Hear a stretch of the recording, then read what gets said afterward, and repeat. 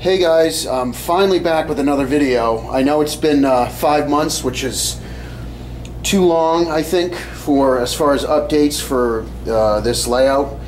But which brings me to the point of that, in that I keep forgetting to mention that in my videos that I actually have a Facebook page on this layout, and I update it more frequently. I update it every week or two. I'll post pictures, and I'll also post topics on the O-gauge, O-scale hobby. So not just on the layout, but on the O-gauge hobby itself.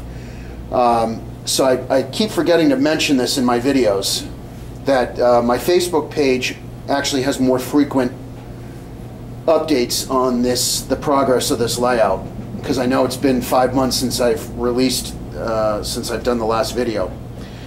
And I only will release a video on YouTube when it's deemed that there's enough to talk about in the video.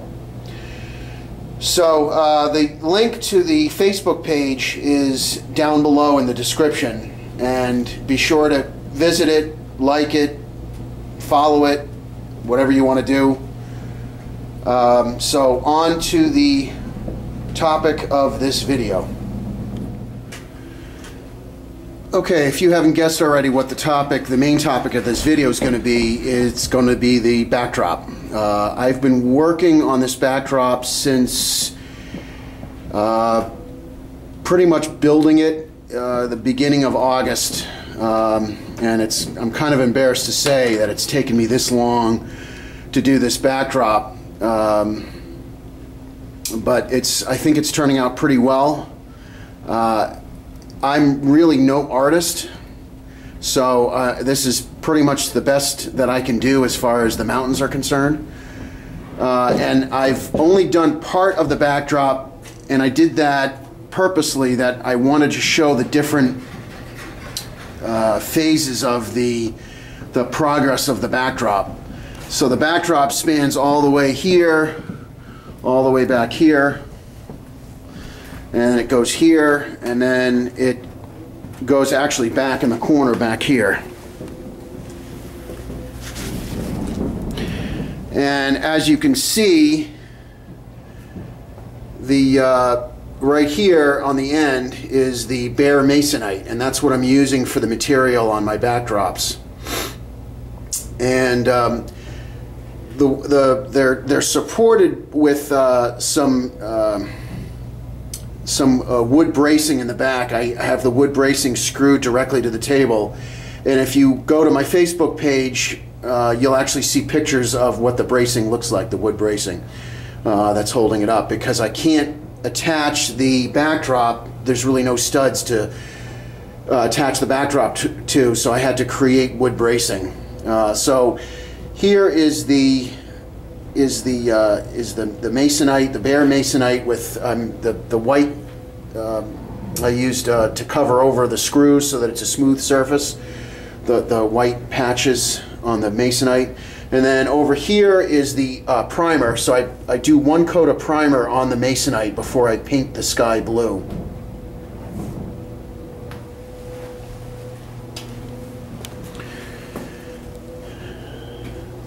Then over here is the masonite, painted with just the sky blue. And what I use for the sky blue is, I'm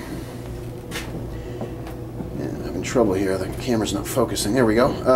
The sky blue is actually two different colors. So I use a darker color on the top, and then I use a very slightly lighter color at the bottom, and I do what they call a wet blending technique. And I actually learned this through watching videos on YouTube. And most of this, you know, I've never done a backdrop before.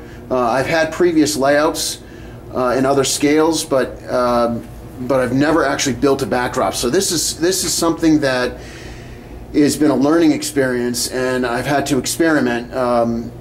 You know, I first decided with the blue. I chose a blue color, and I felt it was too dark, so I kept lightening it up, and I kept having to go back to the paint shop to get new paint.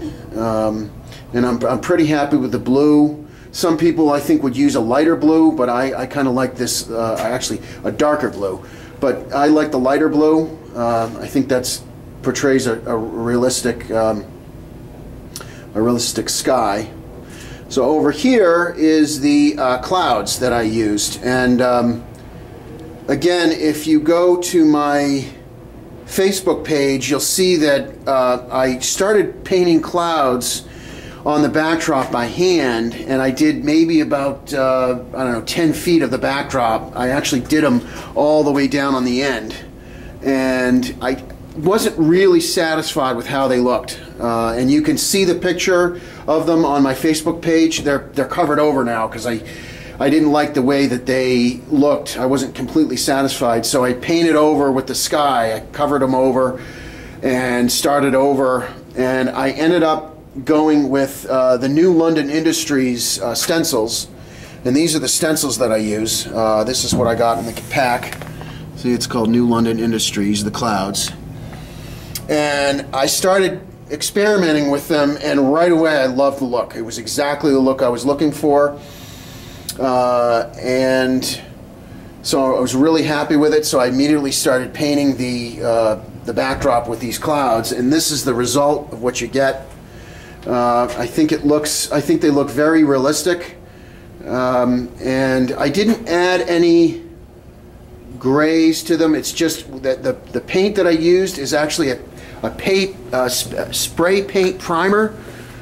This is it right here, and you just have to get comfortable with not spraying too close, and you've got to just go very light back and forth, and it's actually very easy. It goes very quickly, and I think the results look great. So what you have to do is you have to hold the stencil about an inch away from the backdrop so you don't get the hard lines of the cloud. You want to have the clouds more wispy, and then you spray paint 10 inches to 12 inches away, and you just go very lightly and quickly, and this is how you get the results. And you turn the stencil around, different angles. You can flip it around 180 degrees and do both sides, so you get the different looks. But I think it really looks good. It's probably the best part of the backdrop, I think. Okay, now on to probably the most difficult part that I had to come to work on was actually the mountains. And what I did was I'm no artist, so I had to kind of learn how to paint these mountains. And so what I did was I went on YouTube, I saw what people had done, and I actually used a train book, and they talked about painting the mountains with using like the background mountains with green mixed in with a lot of gray, and then using more green with less gray, and then the darker green. So I kind of used a little bit of that to make what you could see. The background mountains are mostly gray with a little bit of green, and the paints that I'm using are Benjamin Moore. So I used what I did was, for the background mountains, I used this gray here. I actually mixed it in a pail, and I took mostly gray with a little bit of green and mixed it until I got the color that I wanted. And then the mid-range mountains, I used a dark green, and it's called Gothic Green, and it's by Benjamin. All these paints are by Benjamin Moore. And then I used a darker green to give some shadows and some lowlights called Crisp Romaine. And what I did was I just basically stippled the paint on. First I did the Crisp Romaine, started with the darker color, then I went back with the lighter green color, and the lighter green color is another color that I mixed. It's basically just it's a green called four-leaf clover, and I mixed it with white. And this is what it looks like. And I use that for the highlights. Oh, and I forgot to mention that before when I was finished doing the background mountains, what I did was to kind of push the mountains away to give the effect of them being in the distance. I took the white primer that I used for the clouds and I very gently sprayed over the background mountains to give it a distance, to give it more of a distance effect. And then when I was finished doing the highlights and the lowlights with the mid-range mountains, I went again with the primer and sprayed over the mid-range and the background mountains. So the background mountains ended up turning to be more white, more of the white mist than the mid-range mountains, which is what you want. You're trying to create the effect of depth and distance. And then the foreground mountains, I used the same color that I used for the lowlights on the mid-range mountains. I used the crisp romaine, and I used that as the base color. And then for the highlights, I used the Gothic green, which was the base for the mid-range mountains.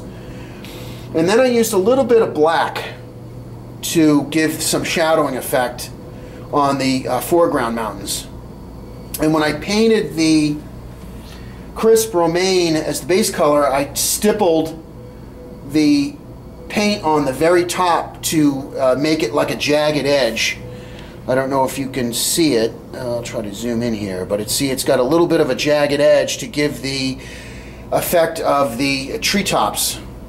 And the mountains in the mid-range and the background mountains, I just went with a flat.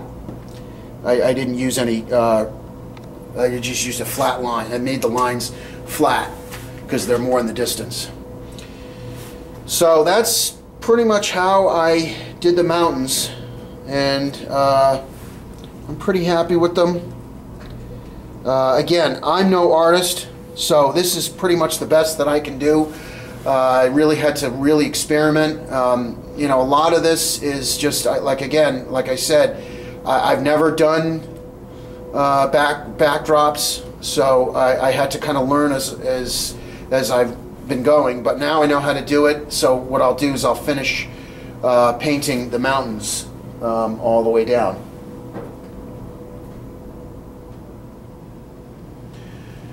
So, you know, one of the things that's frustrating about this layout, and I knew this from the beginning, is that you know, the reason why it's taken me so long to work on this backdrop is because I'm only able to work on this layout when I'm here at work. It's not like I can just go downstairs to my basement and start working on my trains. I actually, my time is limited that I could spend on working on this layout, so, and I knew that from the beginning that was going to be the drawback with building a layout that wasn't in your home. It's not like I have to jump in my car to actually come here and work on it, so I only work on it when I'm actually here doing work at the laundromat. So that's one of probably the biggest frustrating parts of this working on this layout, is that it's taking so long, but I have to tell myself that I have to look at the big picture, that it's going to pay off. All the work that I'm putting into it will pay off as far as the detail and the look of it, and hopefully I want to make it as realistic as possible. I'm actually excited to work on the scenery part, the actual, you know, building the mountain, putting down the ground cover, building the downtown area.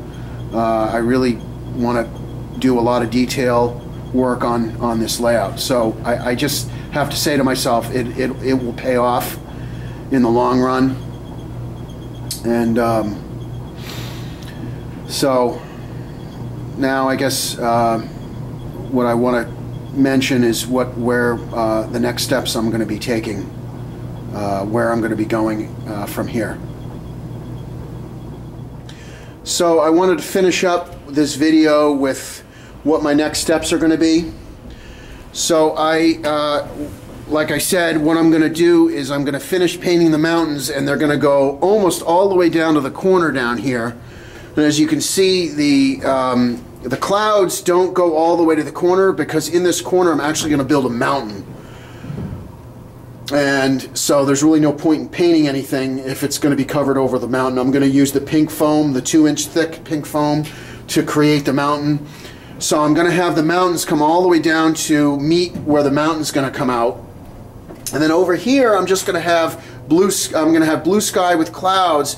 And I thought to do something a little different, maybe have some of the styrofoam come out, be up against the backdrop, and then put, you know, ground cover on it, and then put some trees on it, so that the trees are going to be right up against the backdrop. Instead of painting the mountains, I'm going to have the trees coming out of the backdrop to be right up against the blue sky, and they're going to be clouds. And then over here on this backdrop, I'm just going to have, this is going to be my industrial area over here. So the backdrop over here is really just going to be blue sky with clouds. And I thought of maybe putting in a building flat up against this backdrop, like an industrial complex, and doing like maybe an abandoned siding where the track is going to be, you know, covered over with dirt and grass, and have it kind of come and just have a little straight section going into the building flat as in a siding that's not used anymore. So my next steps for this video, after I do this, after I work on the backdrop, the next steps are going to be to raise the track, start building the elevated track. And as you can see, this workbench is a mess because it's a work in progress. There's just stuff strewn about everywhere. But what I started to do was I started to take some of the Woodland Scenics inclines, and it takes the guesswork out of trying to create the perfect, I wanted a 2% incline. So I used Woodland Scenics inclines here. You can see where the incline's going to start, and it's going to go up here, and it's going to go around. For some reason, one of my Woodland Scenics styrofoam inclines set 2% didn't come with all the styrofoam. It was not packaged correctly, so I have to end up buying another one that's gonna actually have all the correct pieces in it. But you can see this is where the incline's gonna go, and it's gonna come around. And then over here I decided to have, and this is why I didn't start the mountains on this corner, is because I'm going to have this section here all elevated. It's kind of hard to explain, but there's going to be an elevated section, and this corner here where the two tracks are going to be completely underneath the elevated section, and I'm going to have a road, like a neighborhood, that's going to be above the tracks. That's going to be where there's going to be houses. So this is going to kind of be my suburbs here in this area, and then my downtown area is going to be over here with the train station in the middle. And the suburban section is going to be up over the tracks, except for this track here is actually going to be elevated. You can kind of see it goes over that's the elevated section. It's going to come over, it's going to go over these tracks here, and then the reason why I didn't detail the mountains at the bottom was because they're all going to be covered over by the elevated track anyway. The elevated track is going to be right up against the backdrop. So I didn't detail that part, and you can see, I don't know if you can see the marks. I figured I measured the height of the bridge that I'm using, the MTH bridge, and the deck of the MTH bridge is 6.25 inches high. So my elevated section is going to be 6.25 inches high, and I made marks on the backdrop to show the height of what the elevated section is going to be. So that's going to be a big project, building the actually elevated track section. And then over here is where the track is going to go over, and then it'll start the 2% decline or incline, depending on which direction you're going on the track. It's going to come around, and then it has to be back at table level before it goes underneath the mountain that's going to be in the corner over in the corner, the mountain that I talked about. So I'm not planning on waiting another 5 months for another video. Hopefully in the next 2 to 3 months I'll have a video up when it'll be showing the elevated track section. But there's a lot of work that's going to need to be done on this, and so I'm getting really excited. I'm really happy with the backdrop. You know, I'm no artist, but I'm really happy with how it came out. I think it's going to really add some color and some depth to the layout as the trains run in front of it. Remember, guys, go to my Facebook page. The link is down below for more frequent updates. I'm really excited about the progress of this layout. I think it's going to really turn out really well. So take care and stay tuned. Thanks.